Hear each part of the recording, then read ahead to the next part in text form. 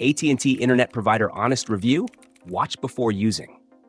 When considering AT&T as your internet provider, there are a few key points you need to know before signing up. AT&T offers a range of plans, from their DSL services to their advanced fiber optic connections. Fiber is their standout option, with speeds ranging from 300 Mbps to 5 Gbps, offering one of the fastest and most reliable connections in the market. However, not all areas have fiber coverage, so you may be limited to slower DSL options. This makes AT&T ideal for heavy internet users like streamers, gamers, and remote workers, but less optimal if you're in a location without fiber access.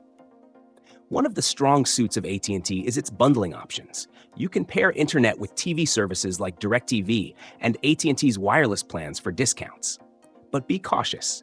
Bundling can lock you into contracts that might limit flexibility, so review the fine print carefully before committing. Pricing for standalone fiber plans starts competitively, but promotional prices typically rise after the first year. Additionally, AT&T has no data caps on its fiber plans, which is great for those who consume a lot of bandwidth. But on DSL, the data cap is 1 terabyte per month, and overage fees apply if you exceed it.